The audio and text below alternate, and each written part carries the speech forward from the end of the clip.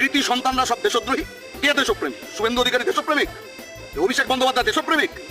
এত মাফিয়া রাজত্ব চালাচ্ছে, দাঙ্গা হাঙ্গামা বাড়ানোর মতো প্ররোচনামূলক কথা বলে যাচ্ছে প্রত্যেকটা দিন। সমস্ত চুরি জোচ্চুরি দুর্নীতি যেদিন শুরু করেছিল শুভেন্দু ছিল এক জায়গায়, এরা সব মিলে পাপ করেছে। আজকে কেউ মমতাকে দোষী সাব্যস্ত করবার পরে জেল খেটে বেরিয়ে এসে আজকে মমতা বন্দ্যোপাধ্যায় কোনো গান গাইছে, আর কেউ বিজেপিতে গিয়ে মমতা বন্দ্যোপাধ্যায়ের গভর্নমেন্টকে টেকানোর দায়িত্ব দিয়েছে। কাজে এরা যাদবপুরকে মানুষের কাছে ঘৃণার জায়গা তৈরি করতে চায়।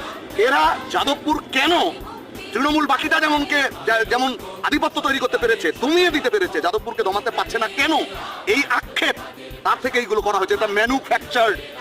ওখানে যে বিভাজনের সুর তোলা হচ্ছে, চেষ্টা করা হচ্ছে, দেশদ্রোহিতার তকমা দেওয়ার চেষ্টা করা হচ্ছে, এগুলো শাসক দুই দলকে সাহায্য করবার মতো আমার ধারণায় এটাও হয়তো কোনোভাবে তৈরি করা হয়েছে যাতে যাদবপুরের মূল আন্দোলন থেকে মানুষের দৃষ্টি পাওয়া যায়।